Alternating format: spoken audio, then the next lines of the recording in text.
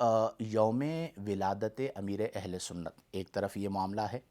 دوسری طرف جشن ولادت رسول صلی اللہ علیہ وسلم کا معاملہ ہے۔ آپ جانتے ہیں کہ جو ہمارا مخالف مکتبہ فکر ہے، دیوبندی مکتبہ فکر کہہ لیجئے، اہل حدیث مکتبہ فکر کہہ لیجئے، جشن ولادت رسول کے ثبوت کے لیے ہمیں کتنے دلائل دینے پڑے، کتنی کتابیں لکھنی پڑیں۔ اب وہ معاملہ ہوا، اس کے بعد یہ ایک نیا معاملہ آپ شروع کر دیں گے تو اس سے کتنے دروازے کھلیں گے۔ اب مثال کے طور پر دیگر جو پیران عظام ہیں، ان کے جو مریدین ہیں، وہ کہیں گے جی ہم بھی اپنے پیر صاحب کا یوم ولادت مناتے ہیں، اور وہ پھر اس طرح کے سارے کام شروع کر دیں تو یہ سلسلہ کہاں تک جائے گا آپ اندازہ کر سکتے ہیں۔ تو میری گزارش یہ ہوگی کہ جس طرح ان چیزوں سے رجوع کیا گیا، حضرت صاحب حضرت مولانا الیاس اتار قادری دامت ظلہ العالی صاحب تک اگر میرا یہ پیغام پہنچے تو آپ خود اس سلسلے کو ہی رکوا دیں۔ یہ جو باقاعدہ دن منانا، جلوس نکالنا اور باقاعدہ جو ہے نا وہ مختلف اہتمامات کرنا، ان تمام چیزوں سے آپ منع کر دیں۔ اور یہ میں آپ کو بتا رہا ہوں اپنے مشاہدات کی روشنی میں کہ یہ سلسلہ تبھی رکے گا جب ایک شخصیت اسے رکوائے گی، اور اس شخصیت کا نام ہے حضرت مولانا الیاس قادری دامت ظلہ العالی۔ اس کے علاوہ کوئی نہیں رکوا سکتا۔ عوام میں ان کی پذیرائی ہے، لوگ ان سے محبت کرتے ہیں، وہ ایک متقی شخصیت ہیں، للہ فی اللہ لوگ ان سے محبت کرتے ہیں، اور ان کی محبت میں یہ کام سر انجام دیے جا رہے ہیں تو وہ خود منع کر دیں، چونکہ ابھی وہ خود حیات ہیں۔ اگر اپنی زندگی میں ایک چیز کو وہ روک دیں گے تو آگے وہ چیز نہیں بڑھے گی، ورنہ پھر یہ سلسلہ، یعنی ہم نے کبھی یہ تصور نہیں کیا تھا کہ مسجد میں کیک کاٹا جائے گا، اور ان سے اگر آپ کے مطابق نہیں ہوا تنظیمی پالیسی کے مطابق تو آپ اعلان براعت بھی کر دیجئے۔ اور مہربانی کر کے اب آپ دیکھیں نا کہ جلوس میلاد ہوتا تھا، اب یوم میلاد پر یا یوم ولادت پر جلوس نکالا جائے، اب کوئی اور پیر صاحب ہیں ان کے چاہنے والے بھی جلوس نکالنا شروع کر دیں تو پورے پاکستان کے اندر ایک تماشا بن جائے گا۔ اور اس کا نقصان، میرا جو درد ہے جس لیے میں یہ بات کر رہا ہوں، وہ یہ ہے کہ اس کا نقصان الٹیمیٹ ہمارے مسلک کو ہوگا، ہمارے دین کو ہوگا۔ آپ لوگوں کو نہیں سمجھا سکتے کہ آپ یہ کیا کر رہے ہیں۔ میڈیا کے بھی تقاضے ہوتے ہیں، میں خود میڈیا سے وابستہ ہوں، کئی ایسی چیزیں ہیں جو آپ کمرے میں کیجئے، آپ کو میڈیا پر لانے کی کوئی حاجت، کوئی ضرورت نہیں ہے۔ تو مہربانی کر کے کوشش یہ کیجئے کہ عوام اہل سنت تو آپس میں نہ لڑیں۔ جو منع کر رہے ہیں وہ بغض کی وجہ سے نہیں کر رہے، وہ کہہ رہے ہیں ہمارے آقا کریم صلی اللہ علیہ وسلم کا خاصہ ہے۔ جو کر رہے ہیں وہ بھی محبت دین کی وجہ سے یا محبت خدا و رسول کی وجہ سے کر رہے ہیں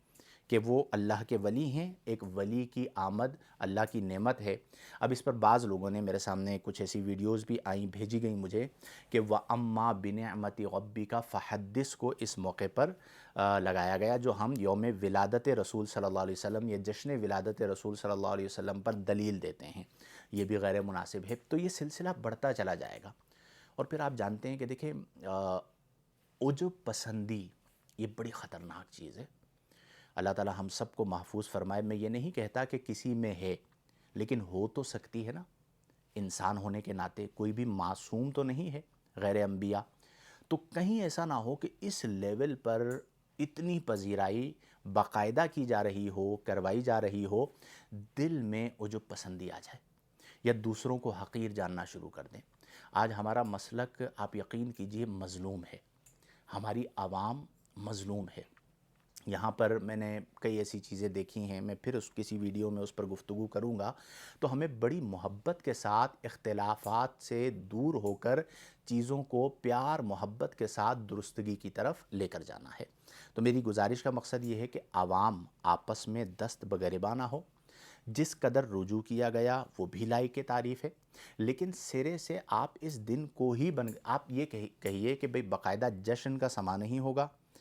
جلوس نہیں ہوگا، ٹھیک ہے جی، اور کیک کٹنگ نہیں ہوگی۔ جو مجھ سے محبت کرتا ہے وہ میرے لیے ایصال ثواب کرے، میرے لیے دعا کرے، یہ بالکل درست ہے۔ لیکن اگر آپ اس میں چراغاں، اس میں جھنڈے، اس میں جلوس کی شکل، اور پھر اسے آپ میڈیا پر لے کر آئیں گے تو سوال ہم سے ہوگا،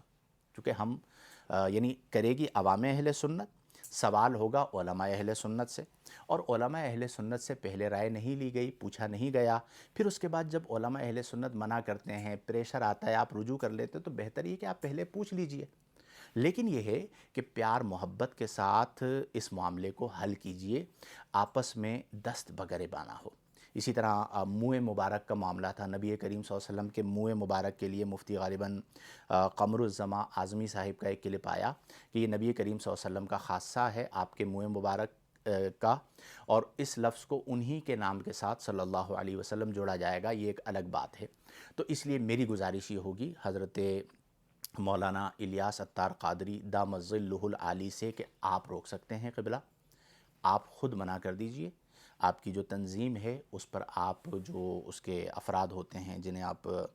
اراکین شورا کہتے ہیں، انہیں آپ کہہ دیجئے کہ کوئی اس طرح کا پروگرام نہیں کیا جائے۔ آزمائش ہے،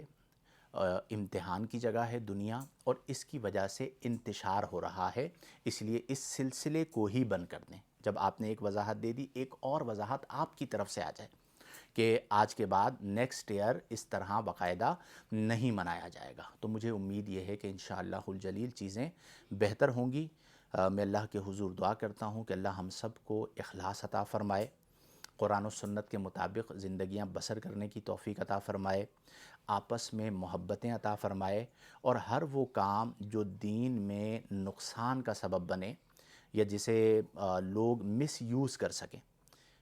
بدعت تو کہا جائے گا، پھر اس کا جواب دیا جائے گا بدعت حسنہ بدعت سیئہ، پھر بدعت حسنہ ثابت کرنے پر دلائل دیے جائیں گے، لیکن آپ یقین کیجئے کہ لفظ بدعت آ گیا تو لوگوں کو مس گائیڈ کرنا آسان ہو جائے گا، اور پھر ہماری عوام ٹوٹتی چلی جائے گی۔ پہلے ہم بہت سارے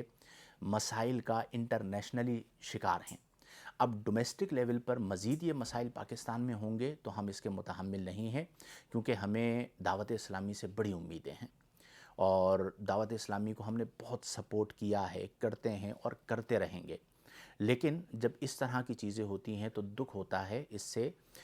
ہمارے مسلک کو نقصان ہوگا بالآخر، کیونکہ اس وقت مسلک کی ترقی میں سب سے بڑا کردار ظاہری طور پر وہ دعوت اسلامی کا ہے۔ میری بات کسی کو بری لگی ہو تو میں معذرت خواہ ہوں، مقصود صرف اصلاح تھا، بہتری تھی، اور اپنے اعمال پر نظر ثانی کرنے کی گزارشات تھیں۔ ذاتیات کا معاملہ مت بنائیے گا، میں نے ابتداً کہہ دیا تھا، پھر دہرا رہا ہوں